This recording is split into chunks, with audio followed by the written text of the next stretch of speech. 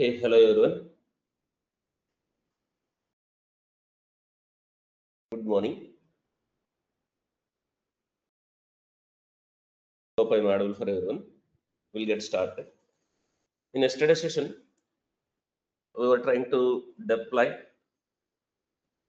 a typical three-tier application in our Docker system. We built and deployed application container. We built and deployed application also as a container in one of the Docker system or a Docker host. And that application is has to communicate with the database. So we deployed the database software or database process also as a container. This application container and database containers are in same custom bridge network in that Docker host, so that that application is internally communicating with the database using that container database container name and that container port with the whatever database username and password we have configured. But as I already said, you can run any applications or any softwares as a containers using Docker. But every container has its own file system. That container file system exists as long as the container exists. So any files, any new files or any files got created or existing files got updated in that container, right? After creating a container from the image, so after creating a container from the image, any new files got added in the container file system or existing files got updated in that container file system. That changes exist as long as the container exists. If the container is deleted and created again it will create a fresh file system from the image. So we lost the changes. So especially in case of stateful applications, we need to retain that changes. We need to retain that data, that state. So that is where we have to use something called bind mounts or values. So in yesterday's session, we built and deployed application also as a container, the database also as a container. But this database container is generating some kind of a files here in that file system. Here there is something called Mongo database. So that Mongo database is writing its data, its files to one folder here. That is data slash db folder. This is the directory in the container file system. But this directory is internally mounted with some file system. That is, that file system is also from the host machine only, but that is temporary. That is temporary. Temporary means as long as the container exists, that exists. So this directory is where the database, that Mongo database is writing its data. But this directory is this is logical concept. It is internally using storage from this machine only. But this storage exists as long as this container exists. If this deleted, this is also deleted like that.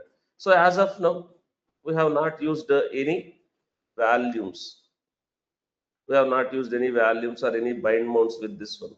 Let me show that. Let me go to this system.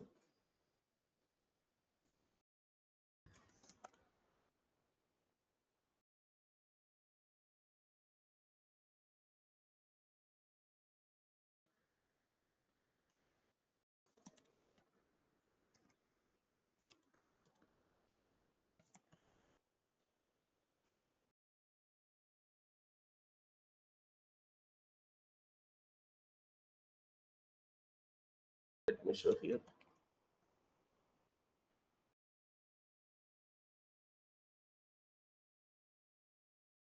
So here we stopped this system yesterday after the session. So containers are also in a stopped state. Let me start the database container and this application container. This database is also up and running. This application also up and running. Let's access that application.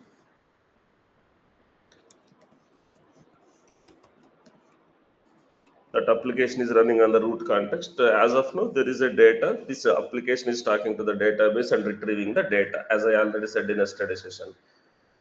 Now let me create some new records.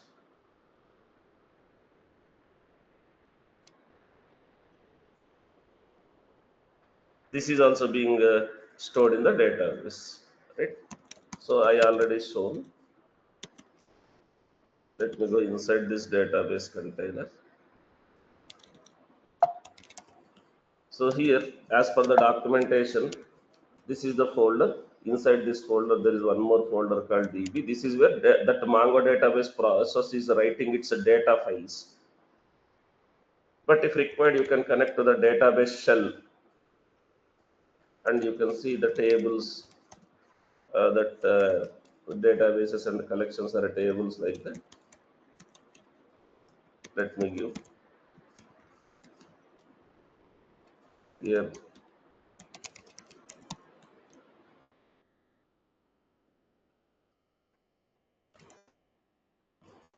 Here you can see there is one database called STMS, Student Management System,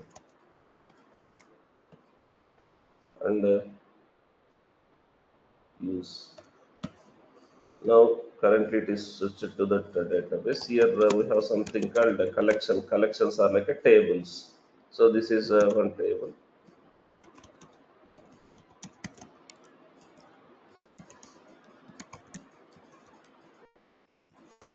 Now you can see like these records. So let me come out of this container database shell, container shell.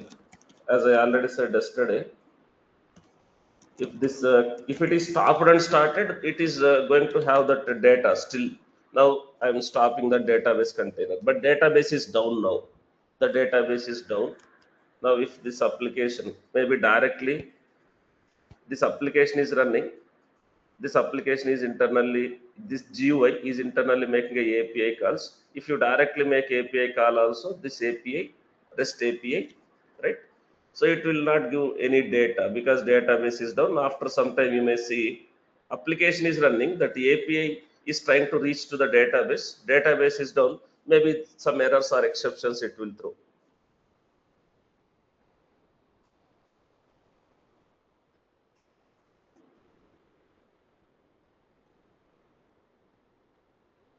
So here there is some error, like you can see 500 HTTP status code, 500 internal server error means that that is having some problem, and it is error 500 error status code. So database is down, but let me start. Stopping and starting the container may not lose the state, but if you deleted that container,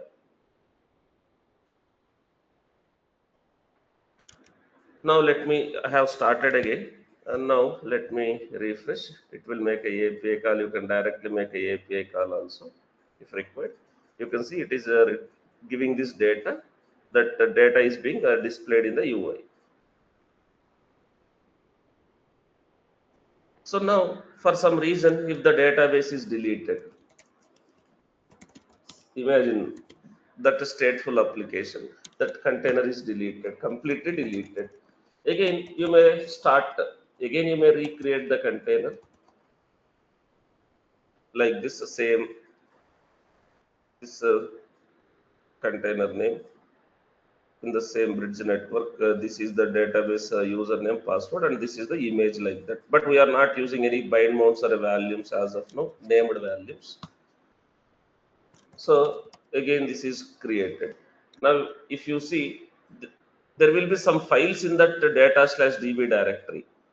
Maybe there will be some files in that data slash db. This is initial database initialization files. This may have database initialization files, but that additional files, that data files might not be there. Again, you can see 200 response, 200 response. The database is responding, but no records. So this is not at all acceptable for any environments like dev, staging, production, for any type of application. You need to retain the state.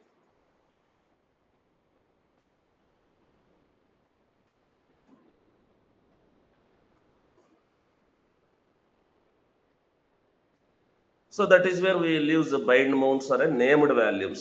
But already it is using some values. There is something called anonymous values. Let me show you. Docker value ls. If you see, already there is a values, but there is no name for this value. But how come these values are getting created? So if you inspect that database container, already there is a values. These are called as a unnamed or anonymous values. Unnamed or anonymous values. So unnamed or anonymous, we call it unnamed or anonymous values. It is not a named values. So how come these values got created? So this unnamed or anonymous values, the Docker will create without specific name, without specific user defined name. But the Docker will assign some kind of a random id. But when this is created, so they will create, these unnamed or anonymous values are created when we are creating a container without you are mentioning this named values, because that value instruction. Suppose let me inspect this database container so that you can understand. So, MongoDB. Let's inspect the database container.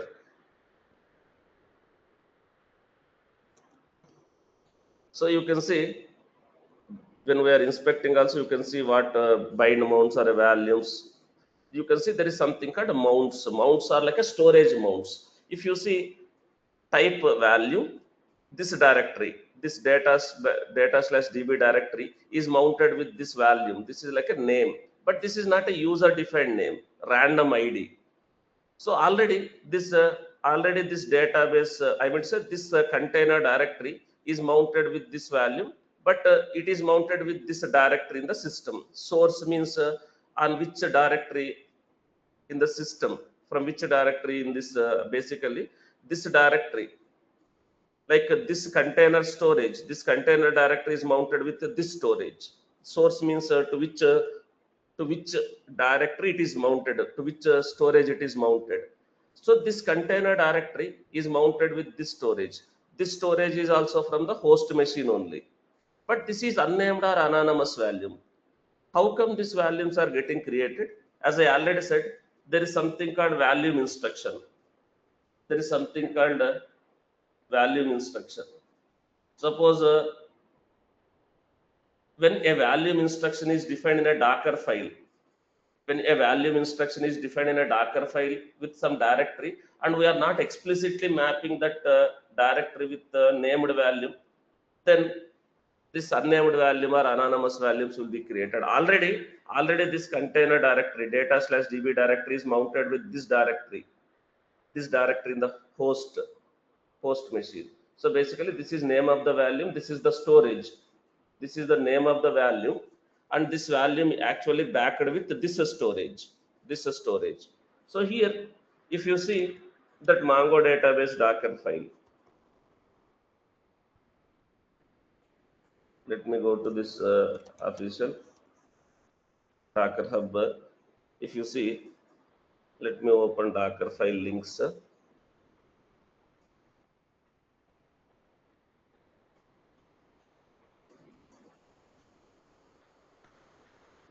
You can see any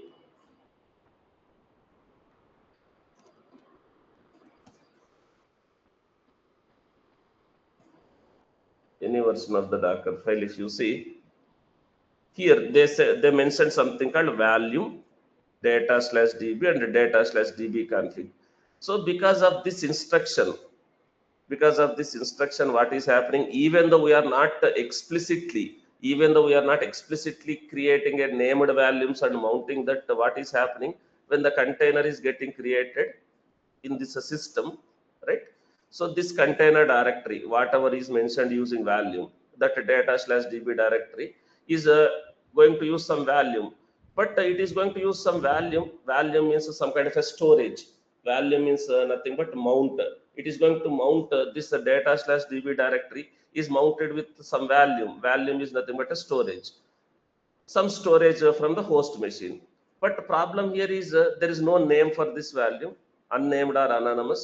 Suppose even though it is using volume, again, whatever files it is generated by that container process in this container directory, it is actually maintained or stored. This is the storage.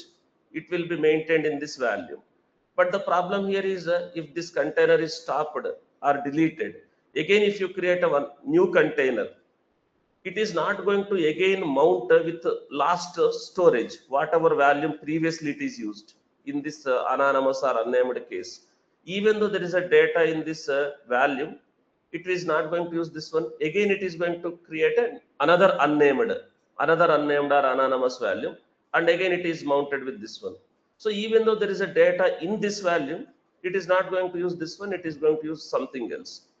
So it will still maintain the data outside of the Docker file system, that container file system, but it is going to use different volumes each time.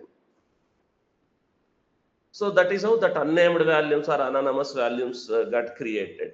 Suppose if you see, now just to give an example, so this is container directory, this is data/db, right? Now whatever files you see here,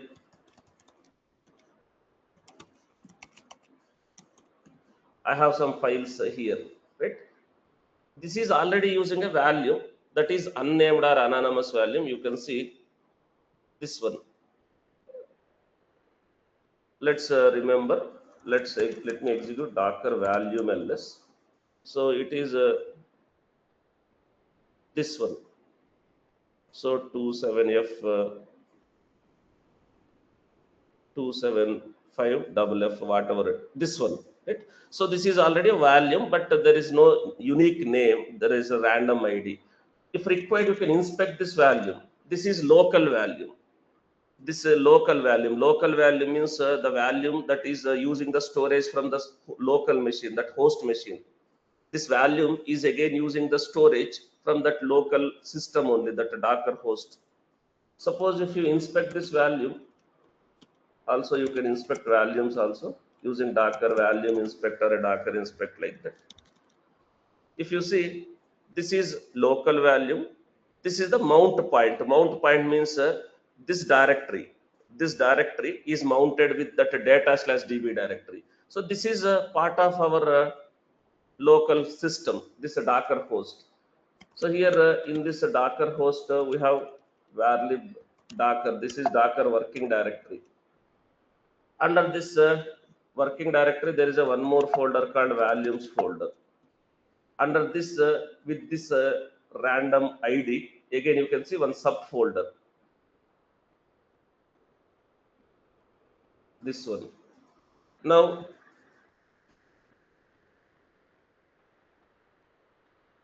under this, again there is one folder called underscore data. So basically, this directory from the host machine, this directory from the host machine, this value from the host machine is mounted to the data/db already. Suppose if you see whatever files you see in that data/db inside the container directory, that is actually stored here in this value. You can see here that is already stored here. It is not like it is not a backup or copy. This is a mount mounting storage.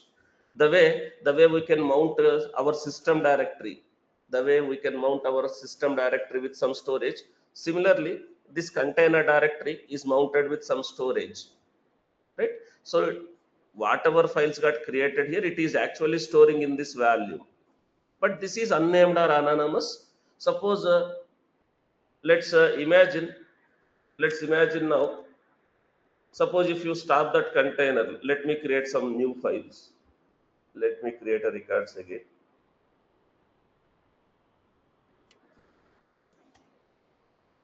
Suppose some data got created. So the database process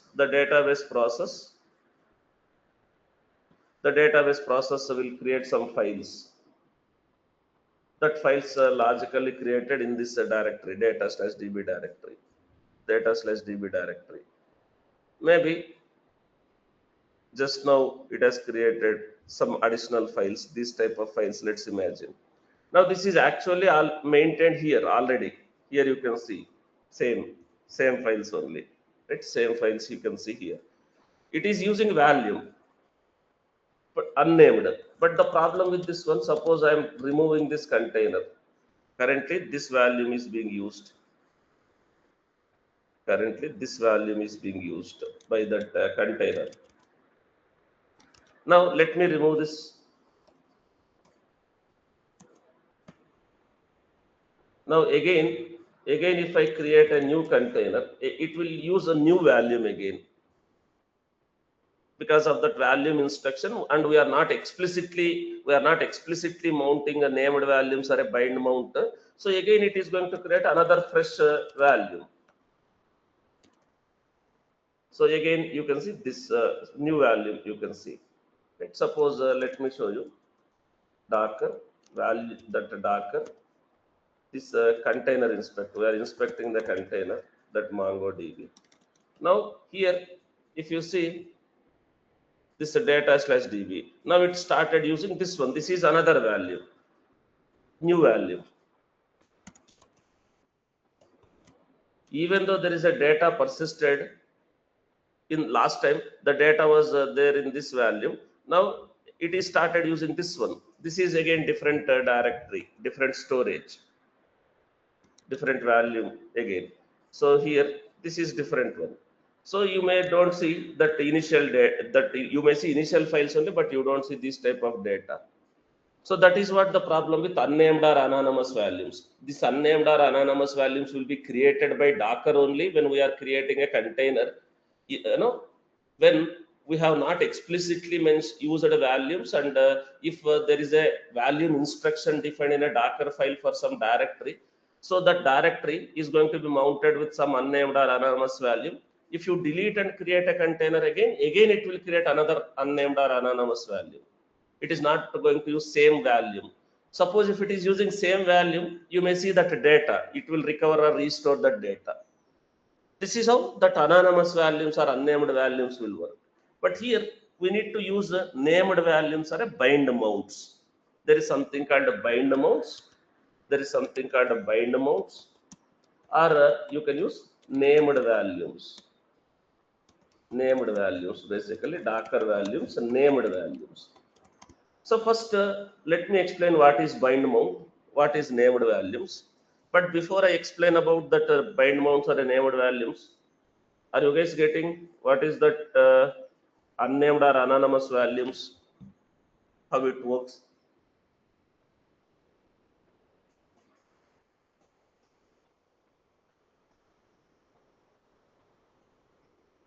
Now, here there is something called a bind mount. Bind mount.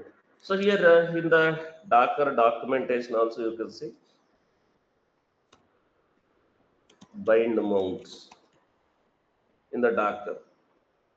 So basically, bind mount. Bind mount is nothing but a file or a directory. A file or a directory from your host machine file system mounted. A file or directory from the host machine is mounted into the container. Then that is called as a bind mount. Suppose if you are mounting any file, if required, you can mount files also. If we are mounting any specific file or any specific directory from your host machine's file system directly into the Docker container, then that is called a bind mount. That is called a bind mount. Right? So here,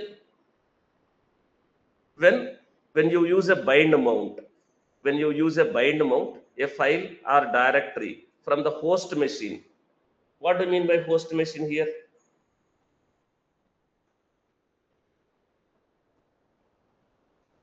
Host machine means the machine where your containers are created, the Docker system, the Docker host, the system on which your containers are created. That system where your containers are created. So you can explicitly mount. You can explicitly mount a file or a directory we can explicitly mount a file or directory on the host machine into the container, then that is called as a bind mount. So here, this bind mounts, this bind mounts.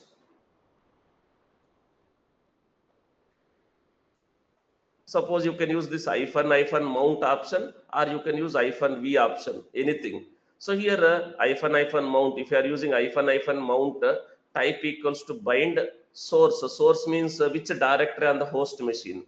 Which directory on the host machine you wanted to bind mount to this destination. Destination means to which container directory. Suppose you can use hyphen mount, or you can use hyphen v, or hyphen value, or -v. -v. You can use -v option also. This is like a location on the host machine, which directory or which file on the host machine you wanted to mount to which directory in the container, like that. So that you can use -v or bind mount, hyphen mount, like that. So here, the suppose, let me tell you, this is our container directory, this is our container. Suppose some folder from this host machine. Host machine means that the store, the storage that is attached to this system. Suppose, let's say here, this is one directory. Maybe I am just having one directory like this. Suppose if this directory, we can mount directories or files also. Suppose if this directory is mounted, if this directory is mounted to this container directory. Suppose this directory from the host machine, this directory from the host machine, if I am mounting to this container, and the container only important directory, you no need to mount to the container root. You no need to mount to the container root. Whatever directory in the container that you wanted to maintain the data state. So let's imagine this is one directory in the host machine. If this I am mounting to this container directory, this is called bind mount. Suppose any new files are created in this directory in the container by that container process. So whatever process running inside that container, if it is creating any new files, it is updating any existing files, actually that data is actually saved here in this bind mount. This is mount, not a backup. Suppose any process in this I mean to say, this container process is creating some files, updating existing files. Actually, that all those data is actually saved here in this bind mount. Now, even though your container is deleted, that container process is deleted, even though your container is deleted, do we still have the data, that files generated by that container when it was running? So do we still have that data in this bind mount, in this directory in the system, if you explicitly mount? Yes. Again if required, if I recreate that container again I will recreate the container using same bind mount. Again I will do this, again I will mount this while creating a container. Again explicitly I will mount this bind mount to that container. Again if I am mounting again, when I am creating a new container, again if I am mounting, already there is a files here. So is this files accessible to that process running in the container via this mounted directory? You can consider this like a storage where it is storing. So is that container process can access the data that is there in this bind mount via this mounted directory in the container, via this directory? Is it able to access the files here? Yes. So will it able to recover or restore its state?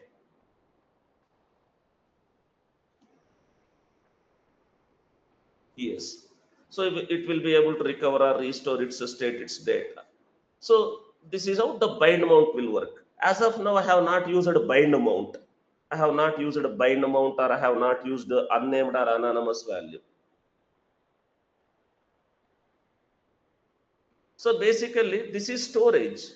This is storage. Suppose you add some files in this bind mount. Again, that is accessible. If you attended AWS sessions, right? Maybe where we discussed about storage, or storage and mounts. We can mount a directory with some storage. That storage is where actually the data is being stored, right?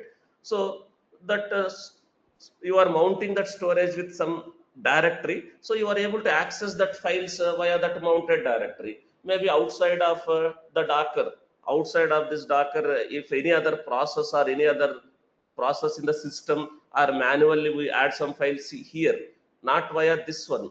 Suppose any other process in the system is having a permissions to this bind mount. Suppose understand some other application or a process running in the system may has access to this bind mount. Maybe if someone add the file here, that will be reflected here also, because this is like a storage to this directory, right? Outside of the Docker process, any files being added here also, it will reflect here. That is where bind mounts are not recommended for this storing. I will come to that, which one is recommended for which one, like that. So that is where bind mounts are not recommended to store the data generated and used by container. I am telling first the concept and again which one to use. Either we need to use bind mounts, either you need to use a Docker volumes, right? So that's what I am trying. I will come to that point. But the bind mounts has some limitations. Bind mounts has some limitations. Bind mounts has some security issues also. That's why bind mounts is not recommended when you wanted to persist the data generated and used by that container. That is where there is a concept called values, named values. And again, that named values named value supports not only local storage by using some drivers. By using volume drivers, you can use the local volumes, you can use network volumes like NFS directly. You can mount NFS storage also to your containers using named volumes, using NFS drivers, using EBS volumes, EFS volumes like a cloud volumes.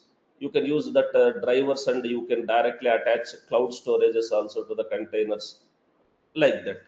But anyhow, first we started with the bind mount. Let's understand this. If you are mounting any directory like this from this host machine file system to this container, then this is called a bind mount. So whatever files created by the process in this container in this directory, that is saved here. Even though this is deleted and again you need to recreate the container with same bind mount, then the files already persisted here is accessible to that data, that container process. I'm just taking Mongo database as an example. This concept remains same for any other stateful application, for any other application that you are trying to deploy as a container stateful application. If required, you can mount the files also. If required, you can mount files. Files means sometimes your application configuration files, your database configuration files may need to vary. In dev environment, you should have a different configuration file. In production environment, you should have a different configuration file. In staging environment, you should have a different configuration file. When you are building the image itself, you can copy some configuration file.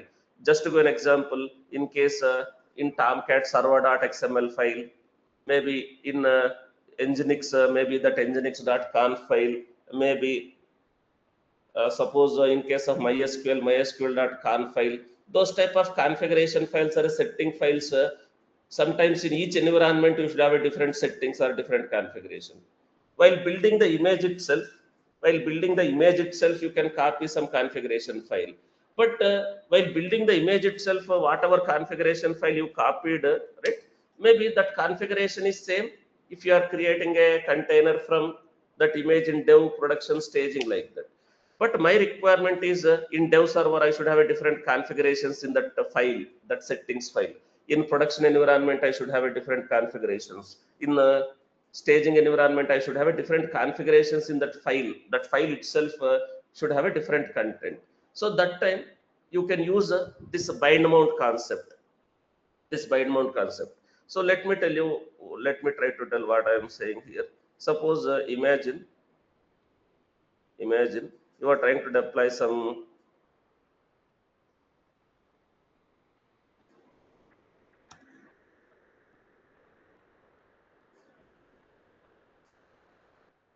let's imagine here, this is consider this is your dev server. Consider this is your dev server or dev environment, let's say. So here you are trying to deploy one some application. Consider this is maybe, just to give an example, this can be anything, maybe Tomcat, or maybe this suppose your application, and as part of this you have a Tomcat, let's say. In this Tomcat you have server.xml. In this server.xml you need to, you can make some changes, settings related to Tomcat, like max concurrent connections, like that is JVM heap size, like that. Just to give an example, in dev you should have a different content here. In production you should have a different settings in this server.xml, right? In a production different, staging different, like that. But while building the image also you can copy that server.xml from your build context to the image using copy instruction. But if I am using that image, whether I deploy in dev, staging, production, it will be same configuration, same settings in that file. But I should have a different settings. Dev different settings, production different settings, staging different settings, like that. So that is where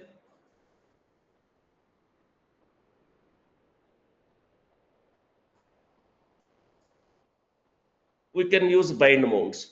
Maybe here in your system you can have you can maintain that file, that configuration file or a setting file in the deployment system.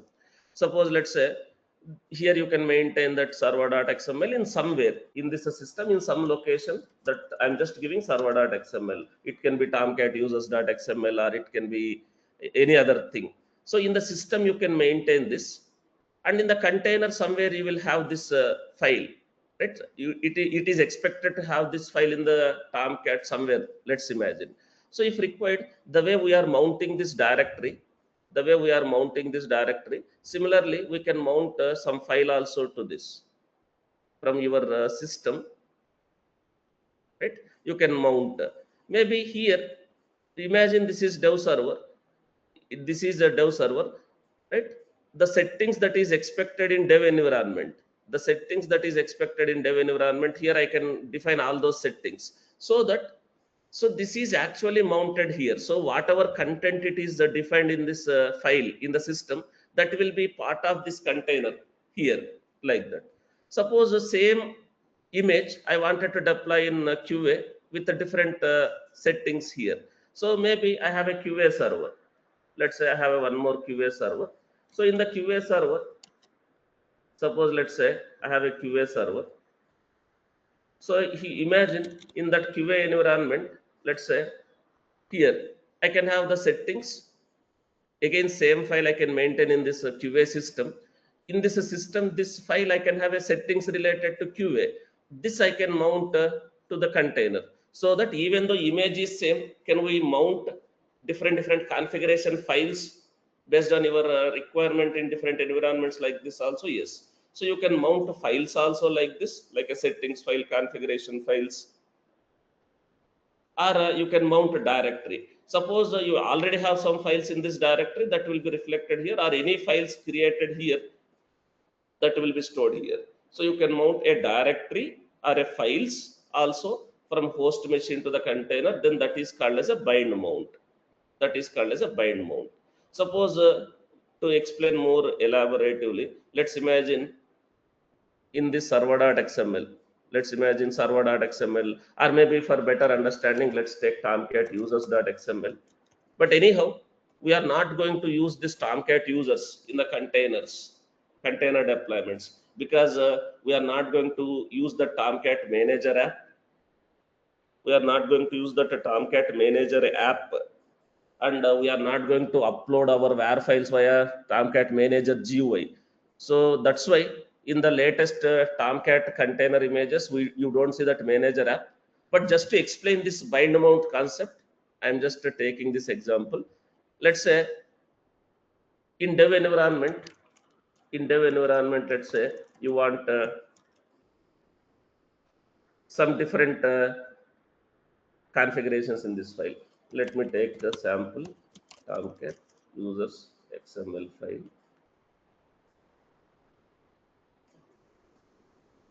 So let's imagine this is one sample Tomcat users XML file. Your requirement is, imagine this is one settings file, like server.xml also you can take. Suppose in dev, let me remove uncommented this not used content. Let's say in dev environment, you should have something like this.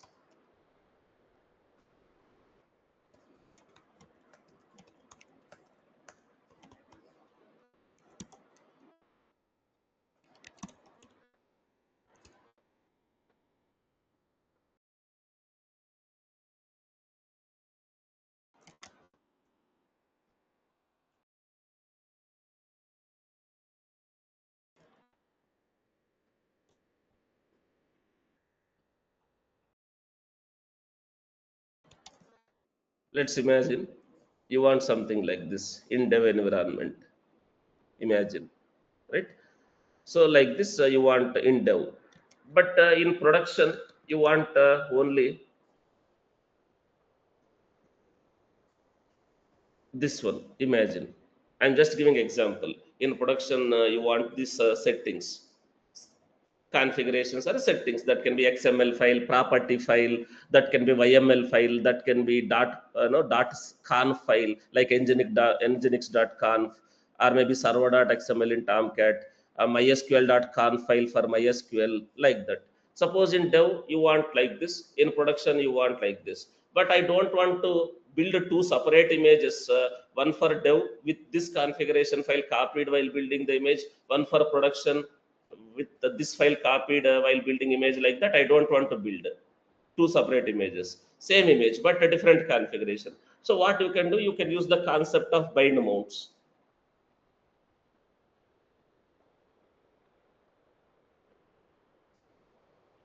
You can use the concept of bind mounts. Suppose in dev environment, let's say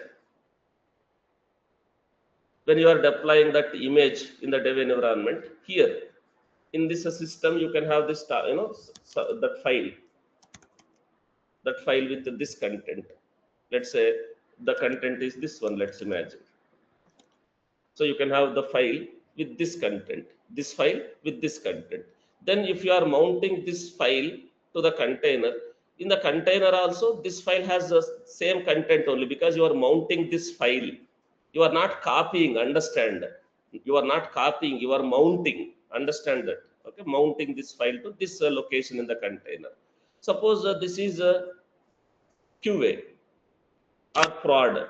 So here in this system, right, you can have a file with this content, you can have this file with this content, like this file with this content, let's say.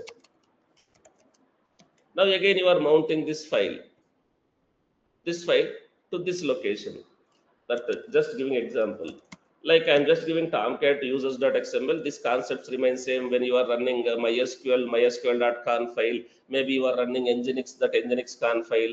Maybe you are running Prometheus, Grafana, that Prometheus related settings files, Grafana related setting files, or any other setting files, like that. So you can mount files like this also using this Docker bind mount. You can mount files or you can mount directories also if required. Suppose as of now I have deployed this database software like Mongo database. The database is running as a container, and that database process is writing the data to this directory in the container. But this one I have not used with I have not used bind mounts, I have not used named values, but it is using unnamed or anonymous values. So now I can go and use this bind mount also in this use case. If required in these type of use cases, you can mount files also. Files also. So I hope you are clear what is this bind mounts before I practically demonstrate.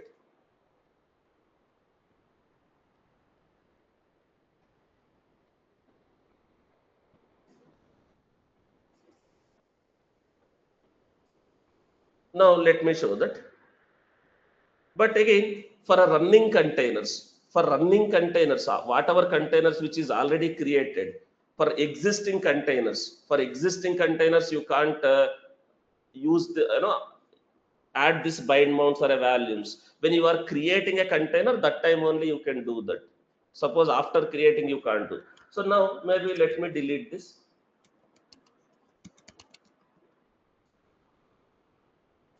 Let me delete this container, that Mongo database container. I will create again with the bind mount. So when you are using bind mount, you have to use its absolute path.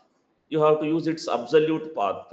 When you are using bind mount, you have to use its absolute path. Suppose here you can use that bind mount using -v.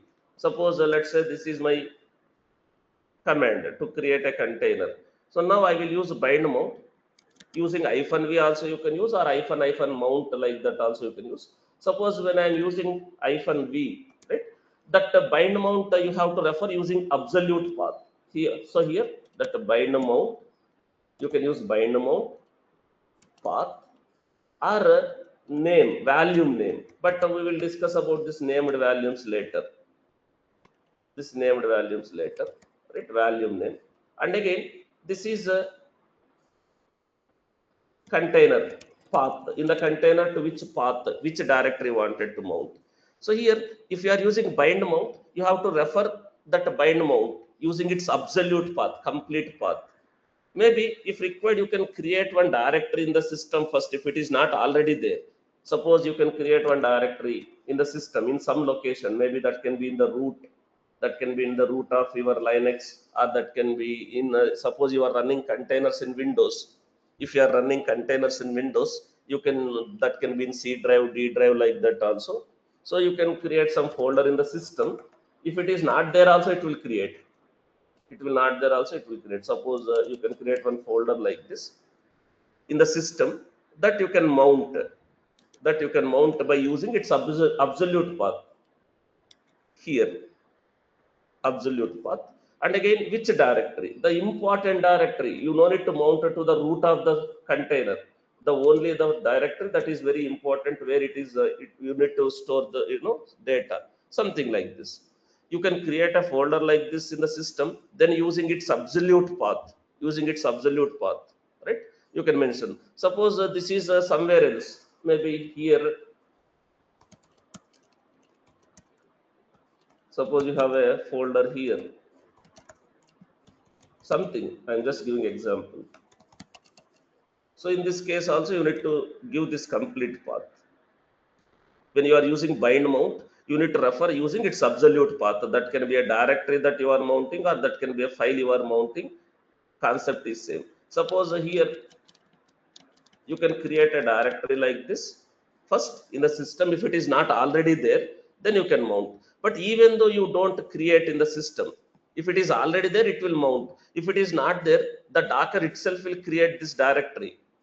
It will create this directory, and it will try to mount that directory to this directory in the container. So that is how the bind mount will work. So when you are using bind mounts, you need to refer that bind mount using its absolute path. You should not give something like this. If you are using bind mount, understand what I am saying, you need to refer using its absolute path. Now let me do this. -v, or you can use -mount, type equals to bind, source is this, destination is this, like that also you can use, right? Most of the time you will say -v only.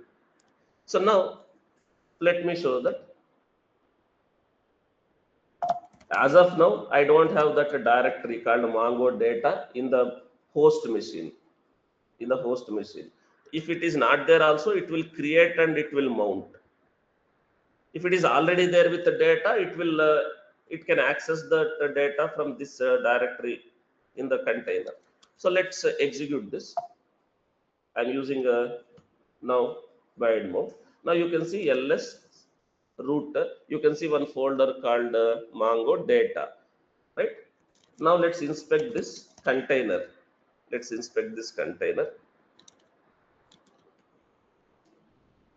So now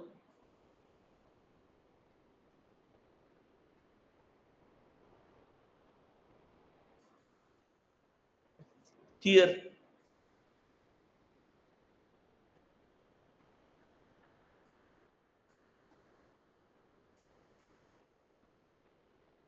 you can see that container mounts a type bind mount. So now this is source. So source means the location in the system, and the destination is this one. This we have mounted. So read write permission, read write to true. Read write to true means the container can read and write the data to this bind mount. Not read only volumes and read write like that. Read write means it can read and write the data to this value, this bind mount or a value.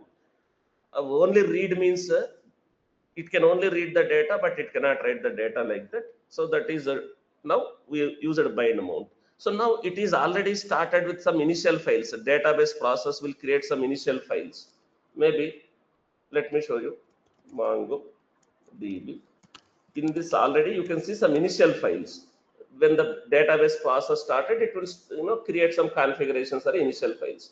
Now this you can see same files you can see in that bind mount, but it is not a backup, it is not a copy. So whatever you see here, same files you can see in whatever bind mount we have mounted to that here. So same files. Basically, actually the files are being stored here, but this is empty, still empty database. First time we are using that bind mount. So if I access, you don't see anything. But now, now,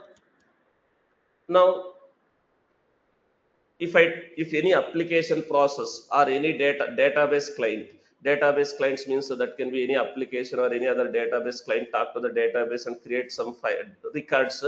That database will maintain that data using some files only. Using some files only, it will maintain. Maybe you can see some new files here when we create some records.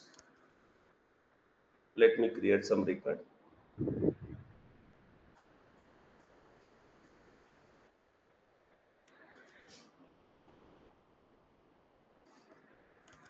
Now let me show that some new files you may see here, like maybe this one 229. This one is last time it was not there, right? Last time it was not there. So some files got generated, and that is where the database is storing its data. Now that data you can see in this bind mount, because this is actually the storage in the background. So here you can see this new data files, right? Which means it is maintaining the data in this bind mount, right? Because we mounted explicitly. Suppose even though you delete, maybe let me create few more records.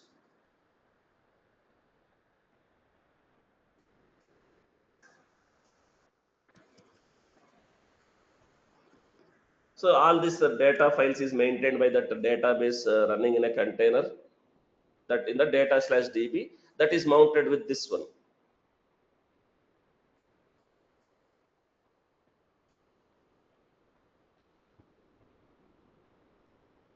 That is mounted with this one, right?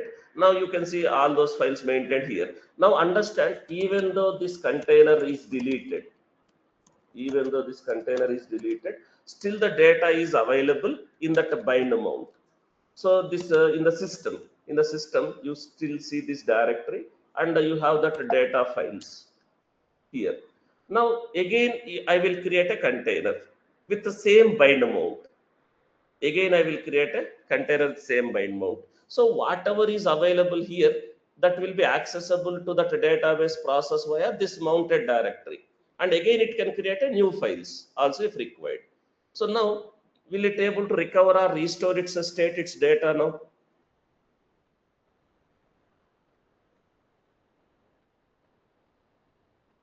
Now, if I, even though this container is deleted and recreated, you still see the data. You can still see the data. Maybe you can, anyhow, you have an application. Anyhow, you have an application. If you refresh this application is making a API call. This GUI is making a request to the API call. That API is internally talking to the database using database username, password, like that. Now you can see the data is still there, even though you deleted. And again, any additional data you created also.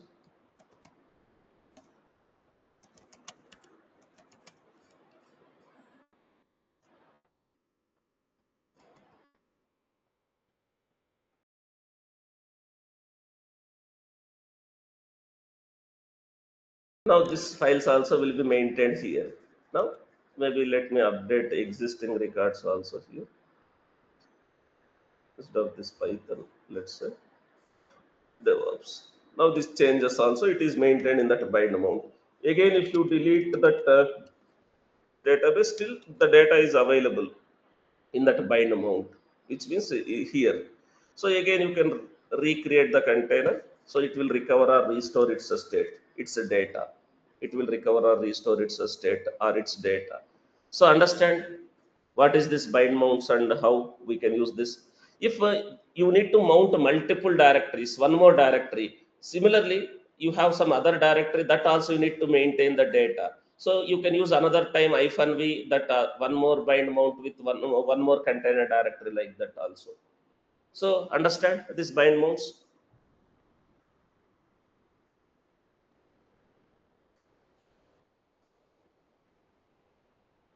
The way we are mounting this to the now this one, maybe let's imagine you wanted to mount some kind of a file, configuration file. Just to give an example, let's say you take any image that is built on top of Tomcat. Maybe let's take this application, maybe this application. So here we have used a Tomcat as a base. Here we have used a Tomcat as a base. So in this Tomcat base, you already have server.xml, but you need to have a different settings in that server.xml. Maybe you will have a Tomcat users.xml, but you need to have a different settings in the Tomcat users.xml. If required, we already have an image created from this code, right? We pushed that image to the Docker registry. So we already have that image.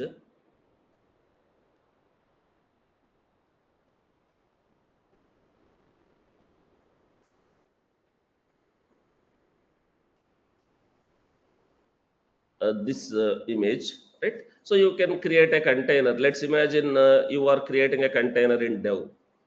So you want different settings. I'm just taking Tomcat users.xml. Suppose in dev you should have like this. So I have taken sample Tomcat user.xml, sample Tomcat users XML file.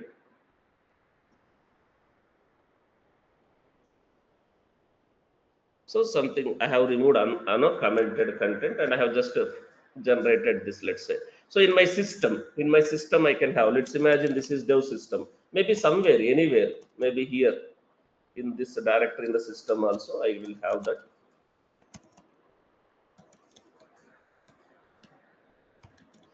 Let's say this is syntactically it should be correct again. Let's say this is my Tomcat user.xml for let's say dev. So I have this in the system. Have this in the system, right? Now while creating a container, I can do bind mount this file, but here you already know this we used the Tomcat base image. So if you refer the official Tomcat image here, you can see where is that Tomcat environment in the image. So here in this Tomcat in this image, this is we use it as a base. Here this is the Tomcat environment, user local Tomcat. You already know under this user local Tomcat you have a conf folder, the configuration files. The configuration files are part of this one, right? So here under this you have that server.xml, Tomcat users.xml like that. So this is my container location, right? I can mount while creating a container like this. This is under this, let's say Tomcat users.xml, right? This is from here only Tomcat will refer that user.xml or server.xml like that. In my system I have created one file, that is this file in my system. You need to use a complete absolute path, something like this. Under this I have this file. So this I am mounting to the container, that container. Suppose let me, that image is this one. Where is that? I have already built that image, right? So this one, so I can create a container like this. You already know the commands: docker run -d -hyphen name, container name. But already, if you wanted to access that from outside, you can do -p. But already I have one container on that host port 8080. This container I have I have used the 8080. I can't have another container with same host port. I can't publish. Maybe I can use 9090 and 8080 like that. So this is bind mount, and that image is this one, this version of the image like that. Suppose if required, you can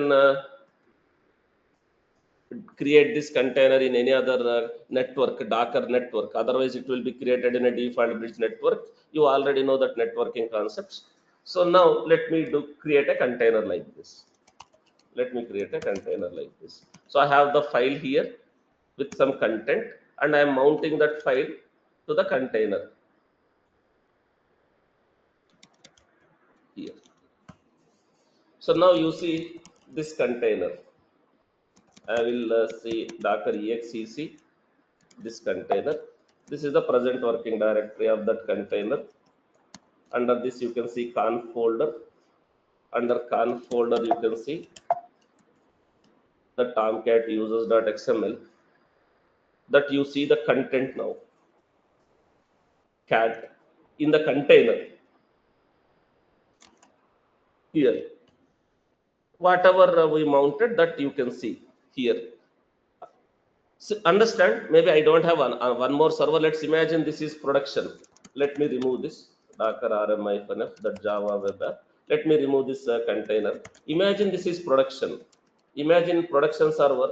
Maybe let me remove this file also in the system. Let me create again. Imagine this is production server. Right? So in production, I wanted to have a different configuration like this. In production system, you can have this file, right, like this. And when you are creating a container, imagine this is production system. I don't have multiple system, that's why I have deleted the existing container, and again I am creating a container with this file, right? Production, consider like production. Now if you see again inside that container, now you can see this configurations like that. So like this you can use files, you can mount that can be server.xml, tomcat user.xml, that can be any other settings files like Prometheus configuration, Grafana configurations, or database configuration files, or nginx conf file like that. So like this you can use bind mounts. A file or folder also can be mounted, but here the bind mounts is recommended only for these type of configurations. So you can use this bind mounts only for mounting this type of configuration. But bind mounts for storing the data, for storing the data generated and used by container, bind mounts are not recommended. Why bind mounts are not recommended? Why named volumes is preferred?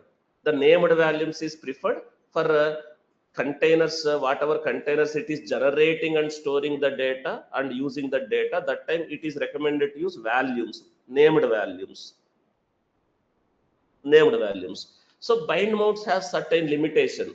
So bind mounts can exist anywhere in the system. Bind mounts can exist in any directory in the system. There is no particular single directory under which you have to maintain the bind mounts like that. So bind mounts can exist anywhere in the system. And again, when we are using bind mounts, so you need to refer using its absolute path. Suppose you are creating a containers in docker installed in windows, when you are creating a containers docker installed in Linux. So the directory structure is different. Suppose the same, suppose you are running the database, I mean say you are running these applications or containers in Windows. So this is how you will refer the path in Linux. Suppose you are creating a containers in Windows and you are using bind mounts. If you give like this in Windows, I mean to say the Docker installed in Windows can understand this path in the host machine.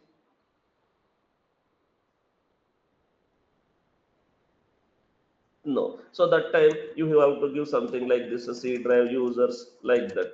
So here the bind mounts, I mean say, the way you are going to refer the bind mount path in Windows is different, Linux is different. And one more thing here is bind mounts can exist anywhere in the system, not in a single location. Not in a single location. Bind mount can exist or spread across any location in the system. Suppose you are trying to migrate. Suppose you are trying to migrate Docker itself from one system to another system. Suppose you are trying to migrate Docker itself from another system to one system to another system. Migrating Docker means suppose in one of the system, you have images, you have a containers, you have created a networks, you have created a value, you are using volumes. So you are trying to migrate a complete Docker from one system to another system, and Docker is maintaining all the information in varlib Docker. Docker is maintaining all the information in varlib Docker. Suppose if you take the backup of varlib Docker, that varlib Docker, under that varlib Docker, there is the images, data, networks data, containers data. Suppose your requirement is you wanted to migrate the Docker from one system to another system, like containers, images, networks, volumes, all those things. Suppose you are taking a backup of varlib Docker from current system, and if you copy that backup to the other system varlib Docker directory, it will migrate images. I mean, say image data will be there, containers will be there, networks will be there. But if you are using bind mounts, and if the bind mounts are spread into different location in the system, it is very difficult to migrate or backup that one.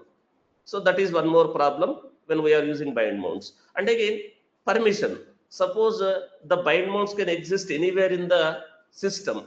Suppose any other program or any other person in the system, if it has a permissions, file permissions, folder permissions on that bind mount, again there is a chance to corrupt that data like that. So we have some certain limitations here. So that's why, especially for the data that is generated and used by the containers, don't use bind mounts, use named values. But the configurations, suppose you wanted to mount some configuration files, that time you can go and use bind mounts. So before I explain about values, is everyone clear what is bind mounts? And bind mounts is not recommended for the data generated and used by containers. I mean to say, in this scenarios, suppose this container is generating some files and it is storing that files, and again it is using these files. In this scenario, bind mounts is not recommended, right? So here you can use named values, but this type of files, you wanted to mount a file, so that time you can use bind mount.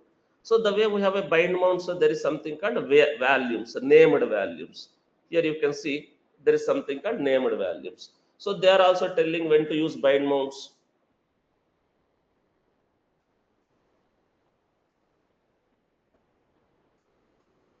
Like when you wanted to share this configuration files, like a setting files, that can be any setting files, like a DNS resolution configuration file, or maybe application related configuration file. This time, right, you can use bind modes like that. So here, files.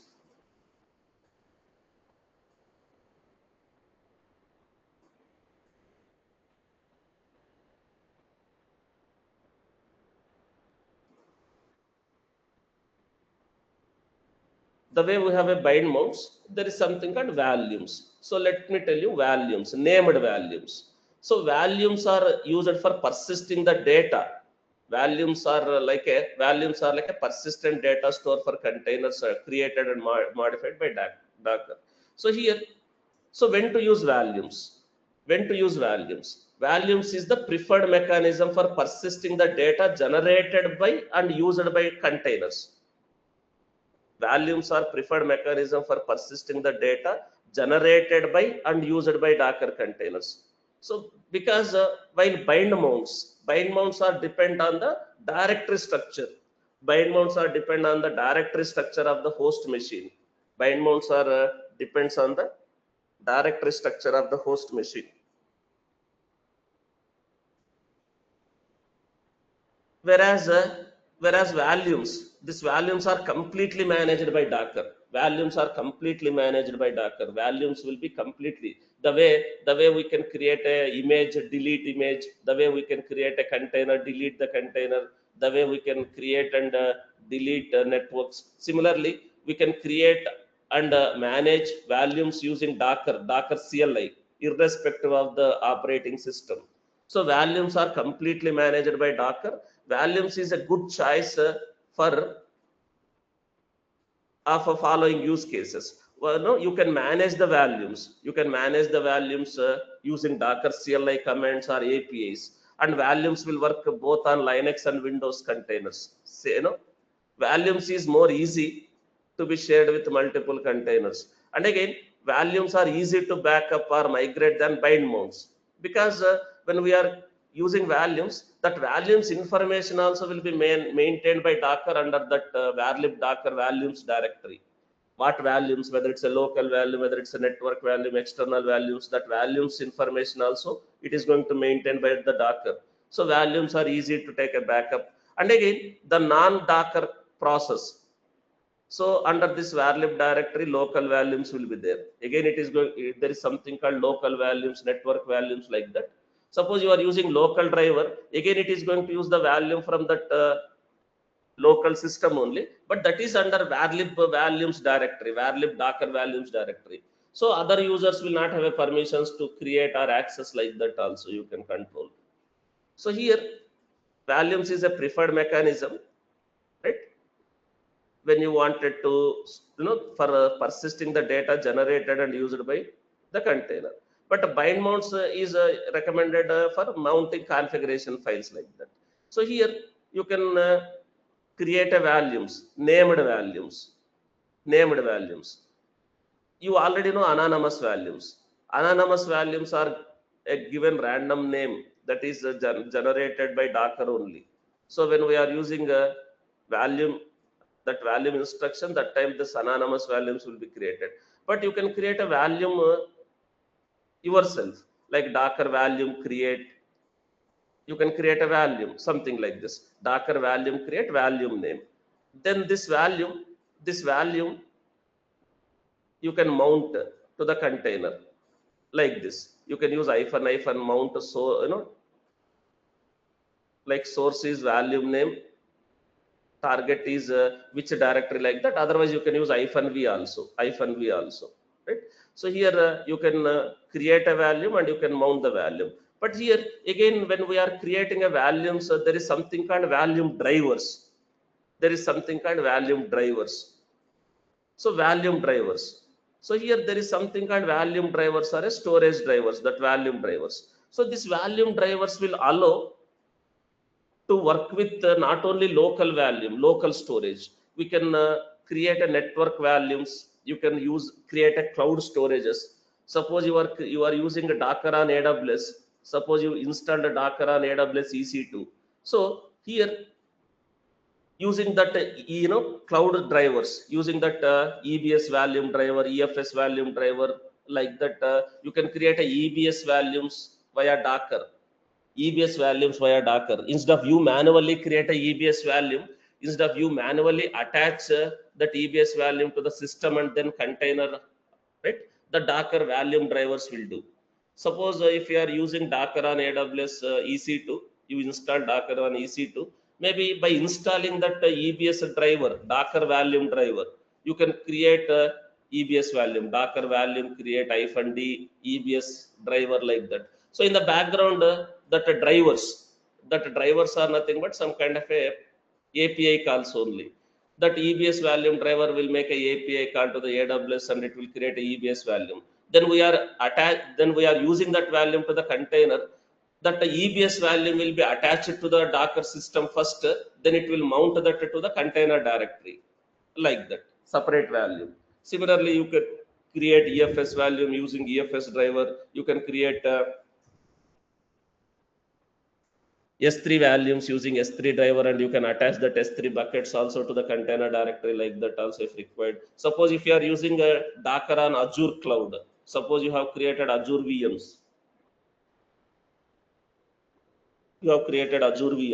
and by installing Azure disk driver, you can create an Azure persistent disk and you can attach that to your container running on Azure VM. Suppose you are using a Google Cloud, you can use Google storages on the containers running on Google VMs. Suppose you are running data center, your own data center, right? Maybe you have separate NFS storage, or maybe NFS storage, cluster FS, SHEP, that on-prem, right? VMware storage, on-prem storage solution. Maybe by using that drivers, cluster FS driver, SHEP, or VMware storage drivers, you can create a storage and you can use that storage with containers running on VMs in the on-prem like that. So basically by default there is only local driver. By default there is only local driver. Local driver means again local values. Local values means again the storage also used from the local machine only. The storage attached to this machine only. But that will be from variable Docker volumes directory. It will create some subdirectory, then it will be using that. If required, you can install other drivers like volume drivers, right? So here in Docker there is something called volume drivers. Docker volume drivers. So basically this volume drivers, this Docker volume drivers are like a plugins, that plugins only, some code that will allow Docker to integrate with external storages such as cloud providers like AWS, EBS, Azure files, or network storage like NFS, like that. So here first you need to install that driver. First you need to install that drivers. Suppose that drivers are a plugins, and using the drivers you can create a value. First suppose you can install this type of driver, EBS drivers, and when you are installing that EBS driver, this driver is nothing but a plugin, some code. This is internally going to make a API calls to the AWS to create EBS value. So that's why we need to give appropriate access keys, secret keys, that permissions that has a to create EBS value like that. So once you install the driver like this, and you can say Docker value create this driver, using this driver create a value. So this is EBS driver with the given access key, secret keys. It will make a API call to the AWS. In AWS, it will create one EBS value with whatever size you are mentioning like this. Then you can mount. Then you can mount this value to the container, whatever value with whatever name you have created, right? This you can mount to the container, so that this driver only will attach that EBS value to the Docker system, and it will mount to that container directory, additional value, EBS value like that. You have a concept of drivers. So this drivers, there are different drivers, Azure storage drivers, on-prem storage drivers like that, basically. So here there is something called that volume drivers are a volume plugins. Volume drivers are a volume plugins. So here you can see storage driver are a volume drivers like that. This volume plugins, Docker volume plugins. This Docker engine volume plugins enable the Docker to integrate with external storages. So here you have some drivers, right? You have some drivers or plugins that you can install. So the way we have a network drivers, right? Similarly, volume drivers are a volume plugins. Here you can see like different volume drivers for different storages like that. A NetApp storage, right? Cluster FS, VMware, on-prem storage, like that. By installing these drivers, you can work with that external storages also. By default, there is only local driver, local value. What does it mean? Suppose when I am creating a value,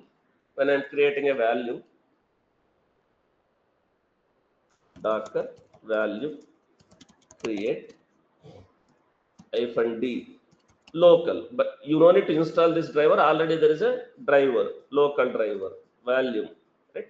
So you can give some name. So now one value will be created with this name. Suppose example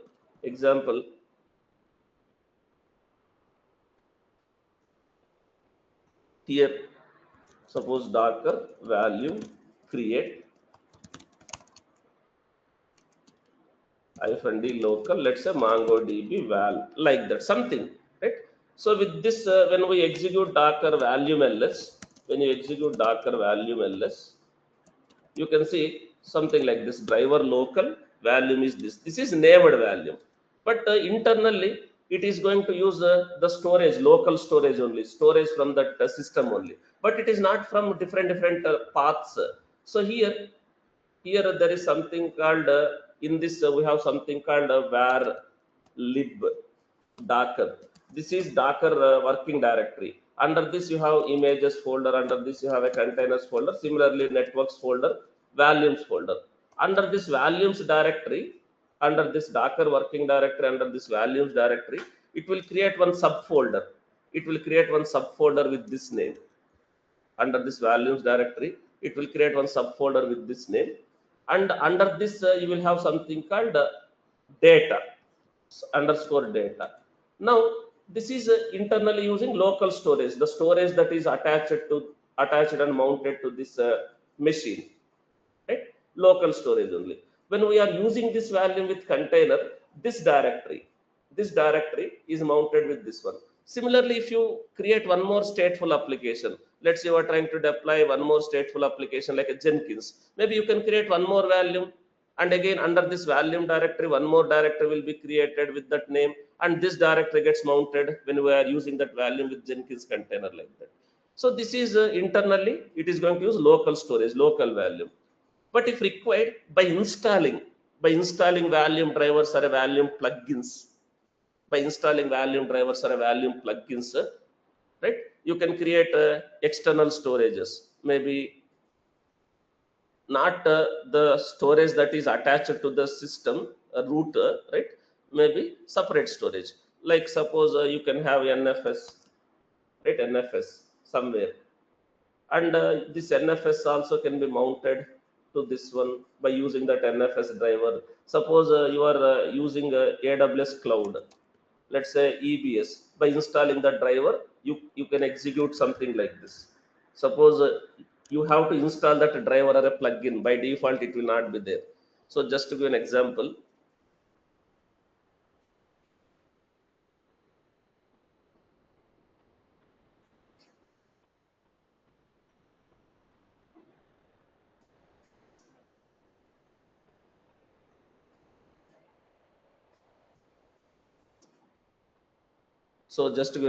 first time, only one time activity. Suppose if you have, this is installing drivers or plugins is one time activity.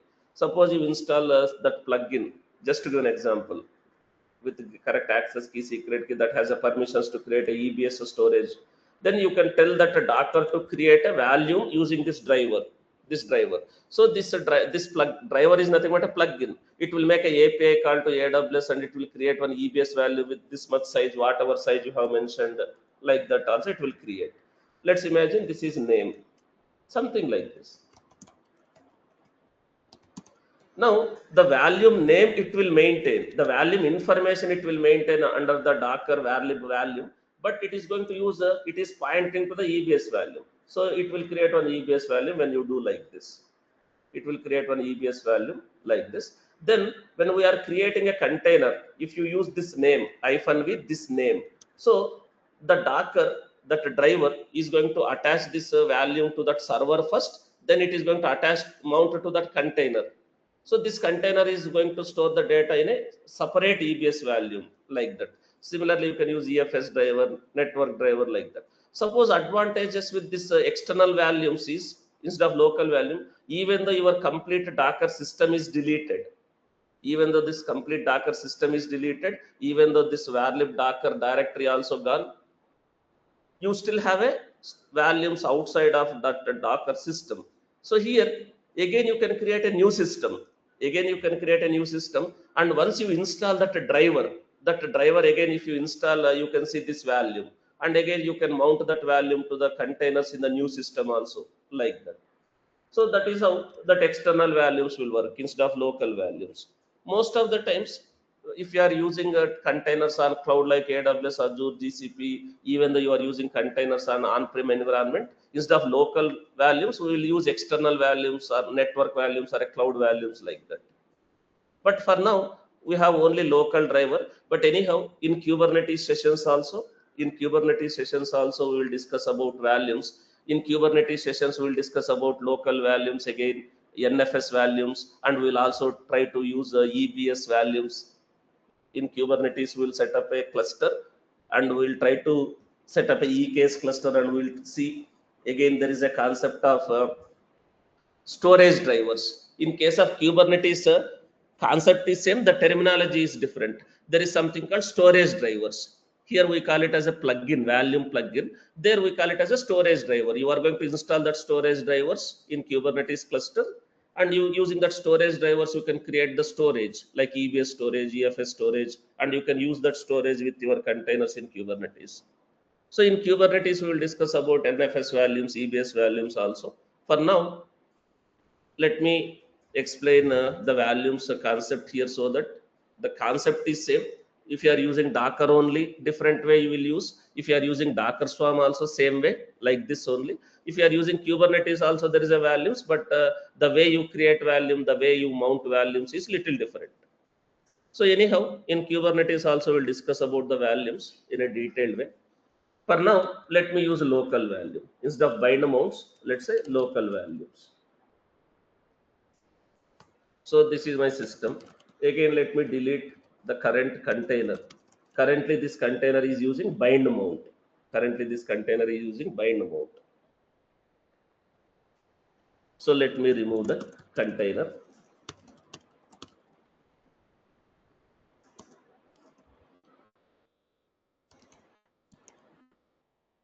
Now you can see already lot of values, but unnamed or anonymous. Unnamed or anonymous. So here, let me prune this unnamed or anonymous values. I wanted to prune, Docker volume prune. So it will clean up that values. So unnamed or anonymous values you can delete. But suppose you are using named values. Named values. If you are deleting that values, if you don't have a backup of that values again, you can't recover the data. So it is not recommended to delete the named values. If you are deleting that values, if you don't have a backup of that value, you can't recover or restore its data. So for now, I have just cleaned up unnamed or anonymous value. Right? So now let me create a value like this. Docker value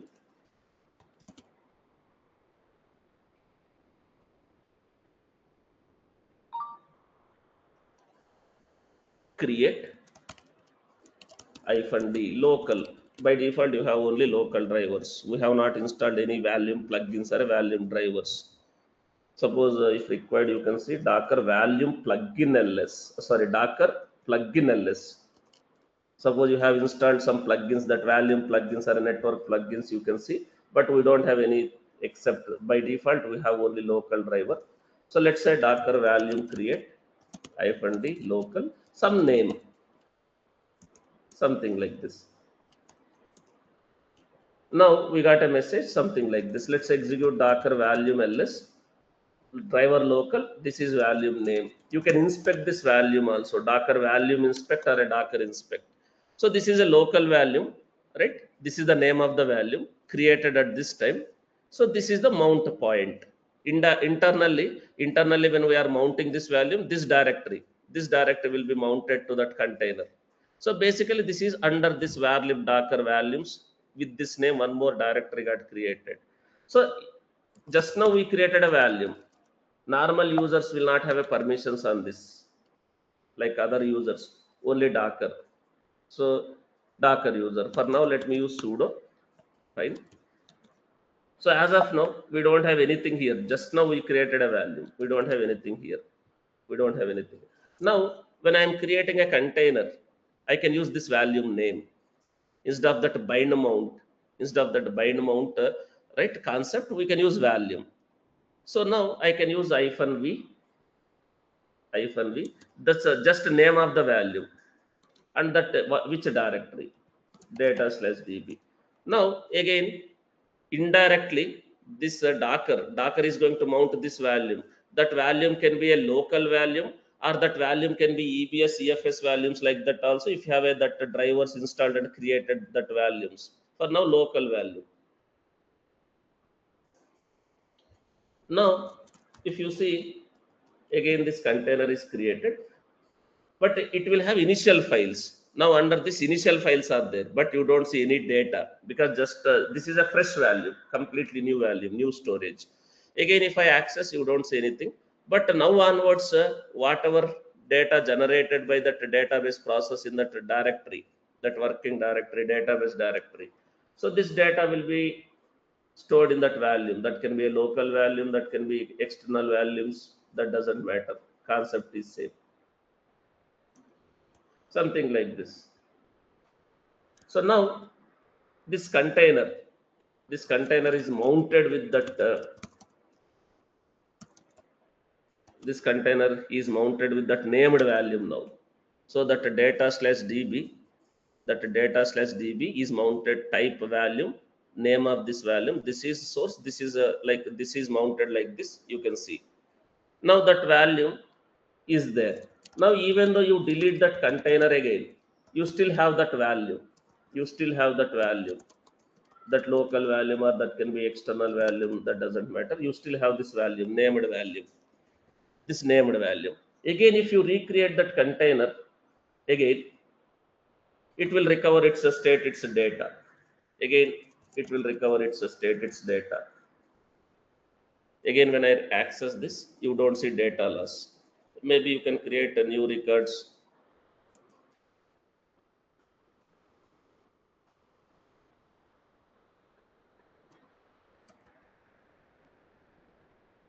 like this. So here, this is using this value, named value. So even though you delete and create again with same value, again you need to make sure create with same value, it will recover its state, its data. This is called values, named values. And there is a concept called drivers, local values, like that. So similarly, the way we created a value for one application, maybe you are running one more application, one more stateful application. That can be any other stateful applications you can run, like MySQL, MongoDB, similarly Postgres. So you can create a value, another value. Suppose if required, you wanted to run Postgres DB, you wanted to run Jenkins, just to give an example. Again, you can see this Postgres database. This is one more database. Imagine some team requests this database, right? Maybe you can set up.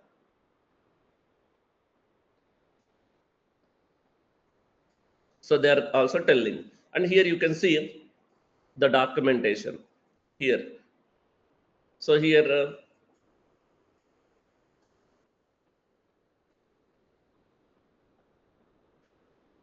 you can see here they're mounting some kind of a configuration files also here, right? And here where to store the data. Let me show you.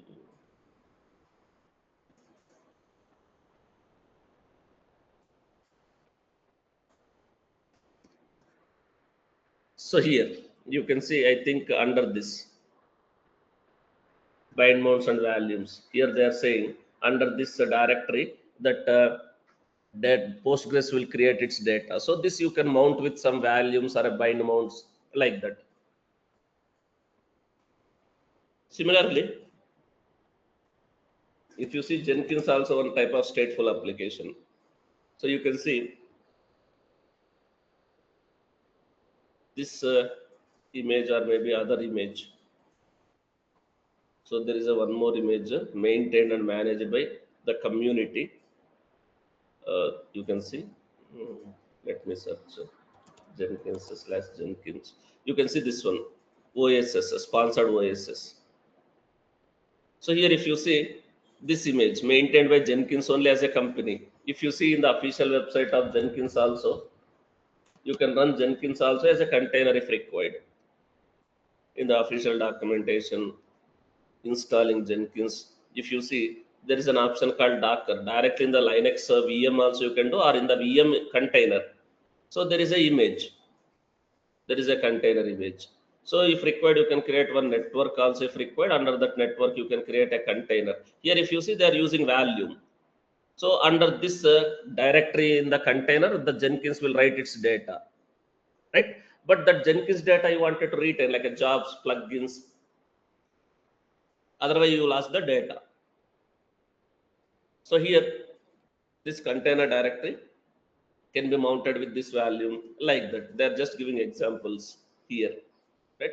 If required, you wanted to customize, you can take base image, this Jenkins as a base image. On top of that, you wanted to customize some additional things, right? So you can build your own Jenkins image, customized Jenkins image on top of this also, and you can deploy like that. They're just explaining here.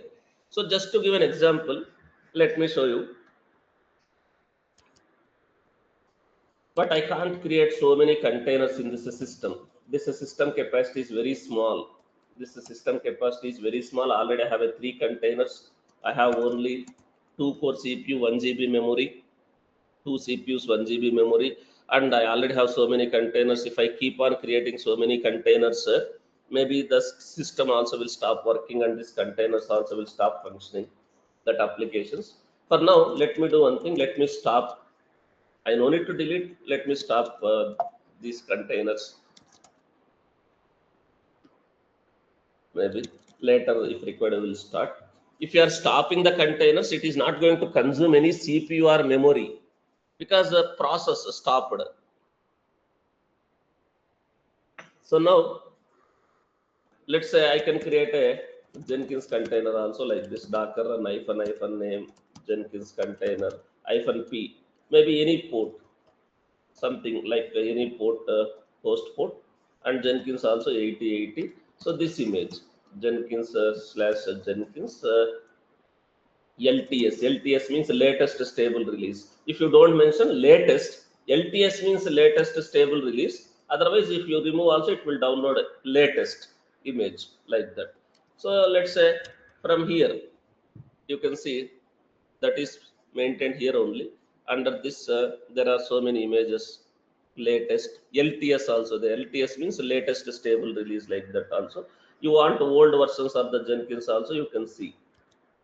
So suppose if I don't mention, it will download latest. If required, there is something called LTS, latest stable release. So it is pulling that image, creating a container. Inside this, there will be a Java, Jenkins, but we are not using a bind mounts or a volumes now. Now, if you see, it may use, okay, I have not used -d. Okay, since I have not used -d, detached mode, the container started in an interactive mode. Under this, there is a Jenkins started. So it is giving this Jenkins logs. This is the initial admin password. This is the location like that. Maybe let me press Control C. Again, let me start. It is stopped. Okay, let me start. Now the Jenkins is running as a container, right? So now let's access that using host IP 7070, and make sure this port is open in the firewall, that host port.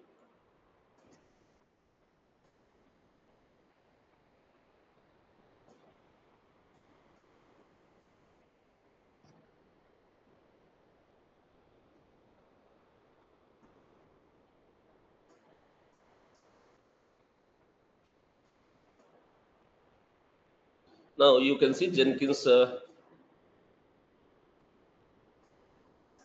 You can see Jenkins. Now Jenkins is running as a container. This is part of the containers file system. Suppose if you do in the system cat like that, it will show no such file. So here, let me, you can see Docker logs also, that Jenkins container logs. Here you can see this initial password. Otherwise, you can see Docker exec,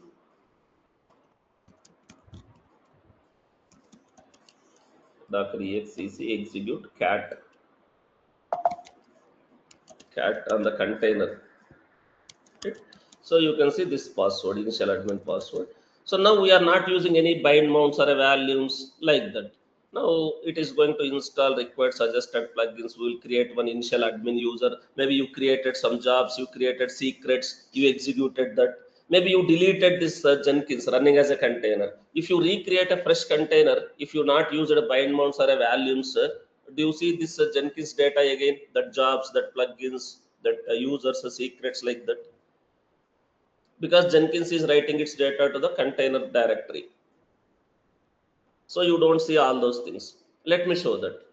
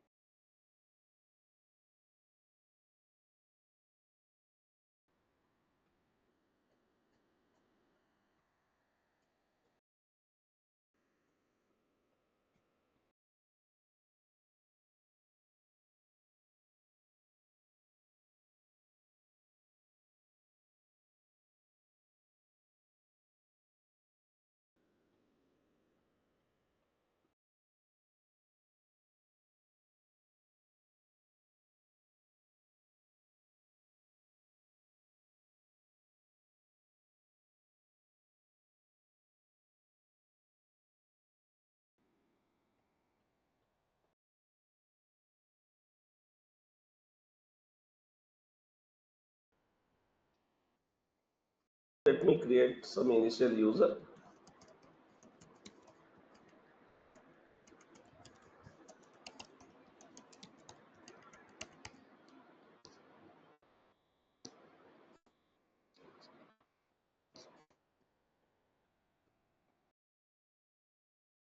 Let's imagine this is your Jenkins running as a container. Maybe you created some job, some pipeline job, that doesn't matter here. Maybe scripted pipeline, declarative pipeline, or hello world pipeline.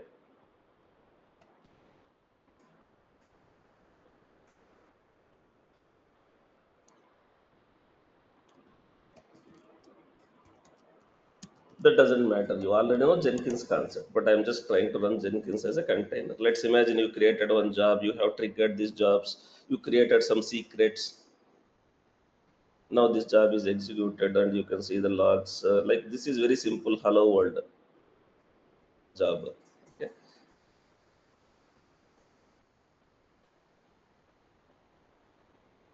Now maybe you went to manage Jenkins, you have installed some additional plugins, maybe you have configured system, you have plugins, maybe secrets, credentials, maybe you have added some credentials.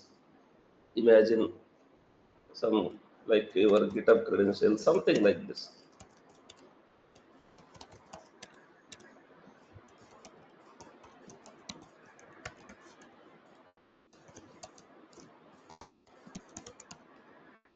So Jenkins is going to write all its data to the Jenkins home directory. So, but here the Jenkins home directory here is as per the documentation only you can see. Here also you can see there is a documentation here for this image. The documentation here you can see, read the documentation here like that they are giving. If you see the, if you see this documentation, they are telling this Jenkins will store the workspace in where underscore Jenkins home. This is the Jenkins home directory, the home directory. So here under this container, right, this Jenkins container, you can see where Jenkins home. Under that, it is maintaining all that plugins, secrets, jobs, like that. This right, you can see that jobs, logs, secrets, like that. But it is using anonymous value because again in the Docker file, again in the Docker file of that Jenkins, right? So they mentioned value where Jenkins home, like that. It might be using some unnamed or anonymous value. Yeah. So you can using, it is using some unnamed or anonymous value. Now imagine we are not using named values or a bind modes. Suppose your Jenkins container you deleted, again you created, again you created. Let me use -d also. Again you created. So you lost all this data. You lost all this data, that jobs, logs, secrets, everything. So let me access Jenkins again. It is like a beginning again. It is like beginning. Again, it is asking you to set up get the initial admin password.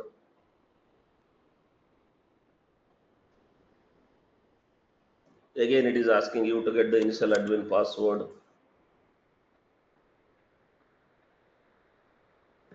You can get this initial admin password.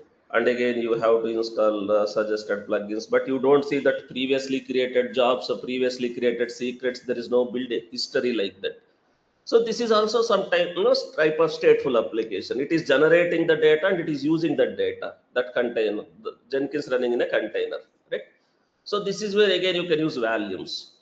This is where again you can use volumes. So what you can do, you can create a named volume, one more volume for different applications, different volumes. So you should not mount a database storage with the Jenkins because the data will be corrupted, right? So different applications, different volumes, different storages. So again, if required, you can create a one more volume for this also, if required. That can be local volume, that can be network volume, that can be cloud volume, like that. Anyhow, you see this data is lost. If you log in also, you don't see any jobs. Again, it is asking you to create the initial admin password,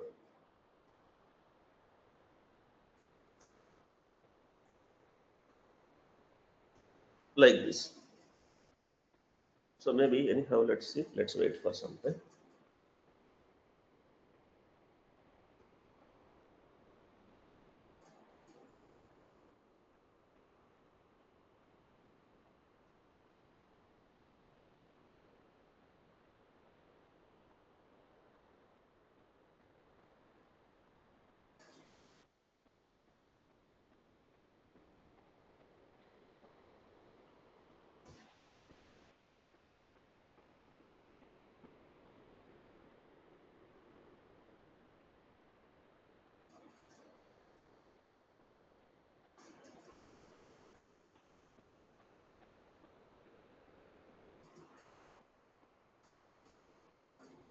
So again, it is asking us to set up the initial admin pass user.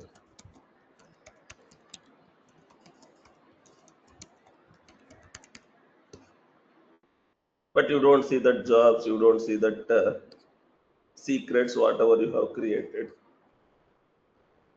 So here, if I go, right, you don't see that job, right? You don't see that job. If I go to that manage Jenkins,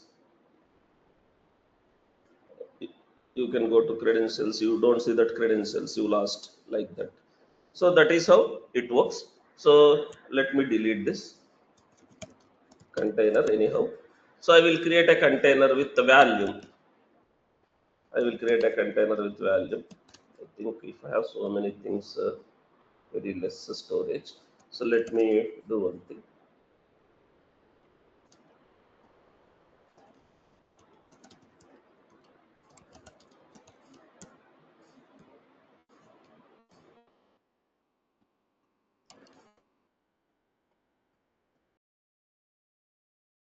I'm cleaning up this. Okay.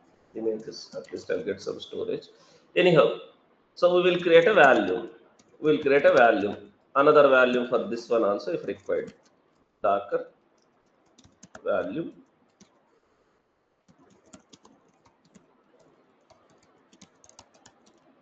Create -d local driver, something like Jenkins val. So this is one more value. Again, it is a local value.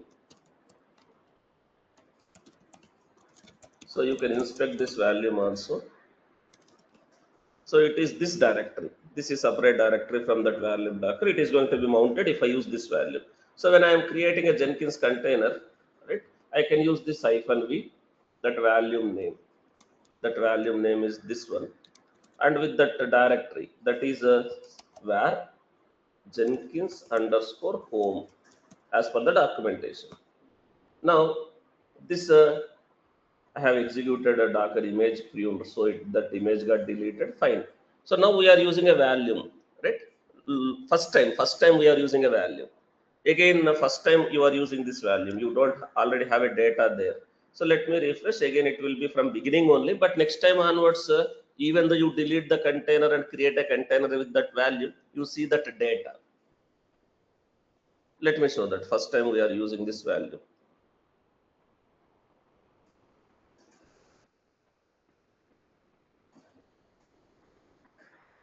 So let's get that password, initial admin password.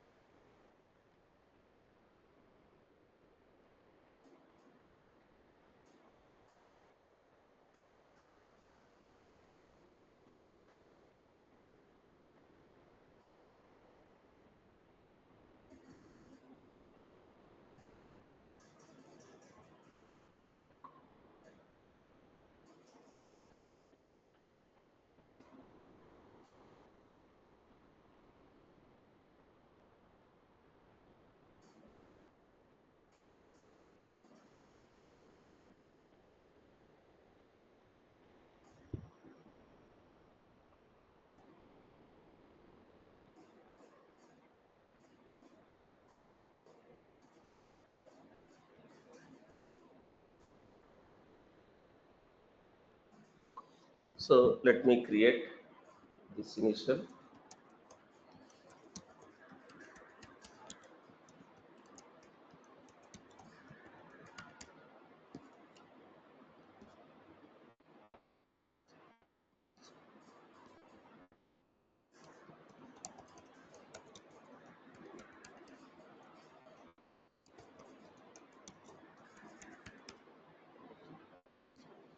Now we are using a values, right, to this container. So here, let me create some job. Whatever jobs, that secrets, whatever you create, it is generated by that Jenkins, the data generated by the Jenkins process in the container directory. So that will be maintained in that value. That can be named, name that local value or network value, that doesn't matter.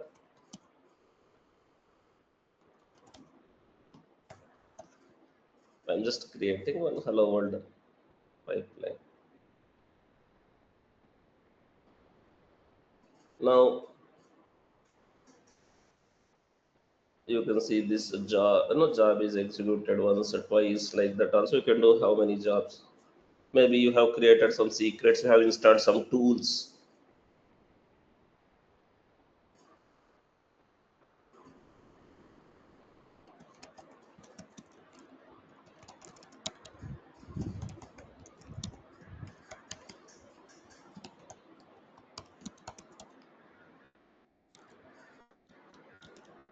So all these things, the database process is generating the data to this var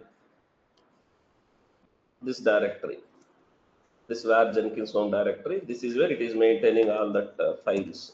But we mounted this one with this value. We mounted that container with this value.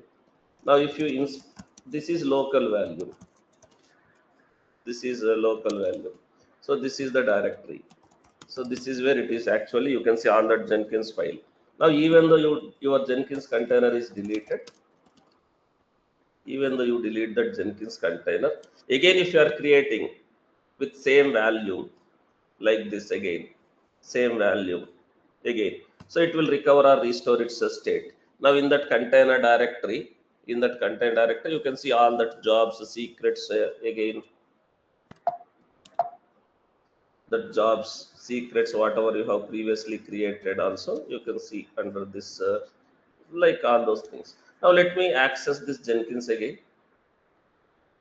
It will ask you to log in because we stopped and started. You can log in with that username and password. You can still see that job with the build history, right?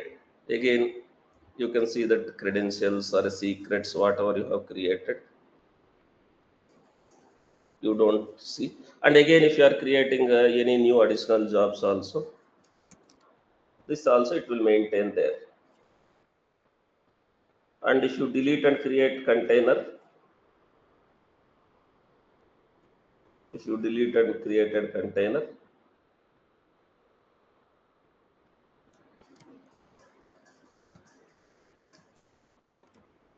again you see this data, you don't lose that build history, that builds,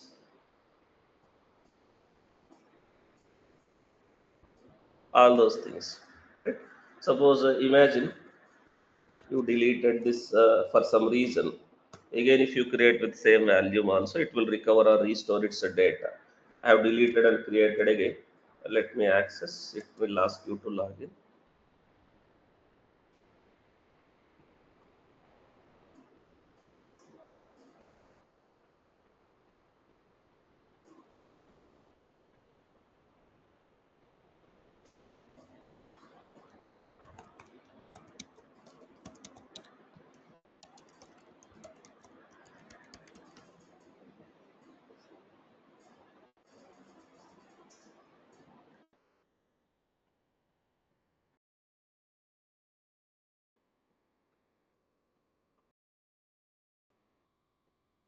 So here you can see these jobs that build history with logs like that. So this is how the values will work, right? Now we understood. Maybe let me remove this Jenkins container. You are removing the container, but if you are not removing the value, again anytime you can create a container with that value so that it will restore or recover its state.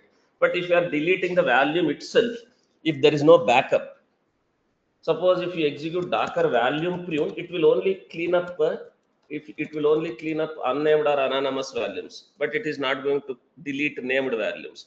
But if required, you can intentionally delete these named values, like Docker volume rm, Docker volume rm, that volume name. Suppose if you don't have a backup of this value, right, you can't recover again. So don't delete these named values unless until you wanted to completely decommission that applications. Okay, now I have deleted this Jenkins container. Now let me maybe if you wanted to use that application container again, you can start. Maybe these applications, I have not deleted that container, that database container and application container. This database container is using the database value, right? Again you can see this data, that application. So you can see like this. Again, the data is not lost. Okay. Anyhow, we discussed about volumes in a detailed way. Bind mounts, volumes, what is the problem without volumes. I hope everyone is clear. So try to practice whatever has been discussed. From here I'll continue Monday. In Monday session we'll try to understand about I don't want to manually take the code, compile the code, create an application image, I meant say push that image and deploy that as a container. If required, we can have a CI/CD pipeline. You can create a CI/CD pipeline using Jenkins or any other CI/CD tools. In the pipeline you can define the stages or steps to build image, push image, and scan image also if required, and deploy that image in some servers by executing these commands like that. So that CI/CD integration with this Docker, right? We'll see. But it is not mandatory that you need to run Jenkins also as a container. You can run Jenkins in a separate VM and your applications as a containers in another system. Even though you use Jenkins also as a container, but your CI/CD containers will be running in a separate systems. If required, you can run CI/CD tools also as a containers, but which doesn't mean your CI/CD containers, application containers will run in the same systems or the same clusters like that. If required, you can run CI/CD tools also as a containers in a separate systems, and that CI/CD software running as a containers also can build and deploy the other application containers in different systems. Otherwise, it is not mandatory you need to run CI/CD as a containers. Maybe CI/CD tools like a VMs only, separate servers, and that servers where you are installing CI/CD tools, they can talk to the other systems and create a containers like that. So we will try to create a pipeline to build and deploy our applications as a containers using Jenkins in the next session. That's it for today. If you have any specific questions, any specific queries, let me know. As I already said, Docker is very simple if you understand the concept. So Docker is all about 4 components. Image. Image is nothing but it's a package. Image is nothing but it's a package. It's a package with all the required softwares, configurations, and environment dependencies. So you can build a container images according to the application requirements by creating a Docker file with the help of Docker file, and you can build an image with required softwares, configurations, code. That images you can store and distribute with other systems and other users by storing that images in the Docker registries. That can be ECR, GCR, JFrog, Nexus, like that. Then the container is nothing but it's a runtime instance or a runtime process of that image, right? But the networking, the container networking or a Docker networking will allow enable the communication to the applications running in a containers, that process running in a containers. And this volumes is all about storage to retain or maintain the data. If you understand the concepts, then you can easily work with any applications or softwares you wanted to build and release as a containers. But in real time, we are not going to use only containerization. If something goes wrong with that containers, if something goes wrong with the system where our containers are created, it is like a single point of failure. So it will not automatically recreate or replicate, and there is no scaling, container load balancing if you are using only containerization. So that is where container orchestrations comes into the picture. So that Docker Swarm or Kubernetes is container orchestration. Anyhow, we will discuss about Kubernetes once this containerization is done. That's it for today.